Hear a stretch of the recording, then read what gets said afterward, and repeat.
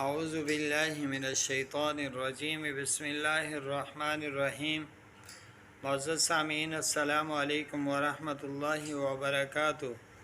چغل خور کے بہت بڑے نقصانات ہیں۔ گھروں کے گھر اجڑ جاتے ہیں اور قبیلے خاندانوں میں دشمنی ہی دشمنی ہوتی ہیں۔ اس طرح کا ایک واقعہ لکھا ہے علماء کرام نے۔ فرماتے ہیں کہ ایک شخص اپنا غلام بیچنے بازار گیا اور خریدار سے مطالبہ کیا کہ اگر آپ غلام لینا چاہ رہے ہیں تو خریدار نے کہا کہ کتنے کا دو گے؟ بہرحال قیمت غلام کی طے ہوگی۔ تو بیچنے والے بھائی نے کہا کہ غلام تو بہت اچھا ہے، صرف ایک نقص یہ ہے کہ یہ چغل خور ہے۔ خریدار نے کہا کہ اس کا کوئی مسئلہ نہیں ہے، کوئی بڑا عیب نہیں ہے۔ بہرحال خریدار نے غلام کو خرید دیا، گھر لے کر آیا۔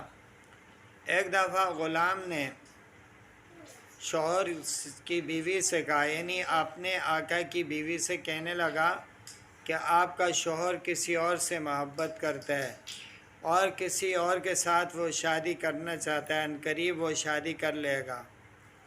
اور بیوی نے کہا اس کا حل کیا ہوگا؟ کہنے لگا حل اس کا یہ ہے کہ آپ رات کو جب وہ سو جائے آپ استرا لے کر اس کے گدی کے بالوں کو مونڈ لو، کاٹ دو، تو پھر وہ شادی نہیں کر سکے گا۔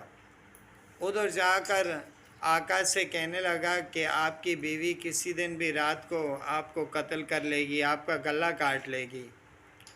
تو جب بیوی نے اس بات پہ عمل کرتے ہوئے رات کو آئی اور شوہر بھی غم اور پریشانی میں تھا، ایسا نہ ہو کہ بیوی میرا گلا کاٹ لے، تو رات کو بیوی آئی اس طرح لے کر، اور جب مصنوعی آنکھ بند کی ہوئی تھی، شوہر نے آنکھ کھولی تو دیکھا بیوی کے ہاتھ میں اس طرح تھا۔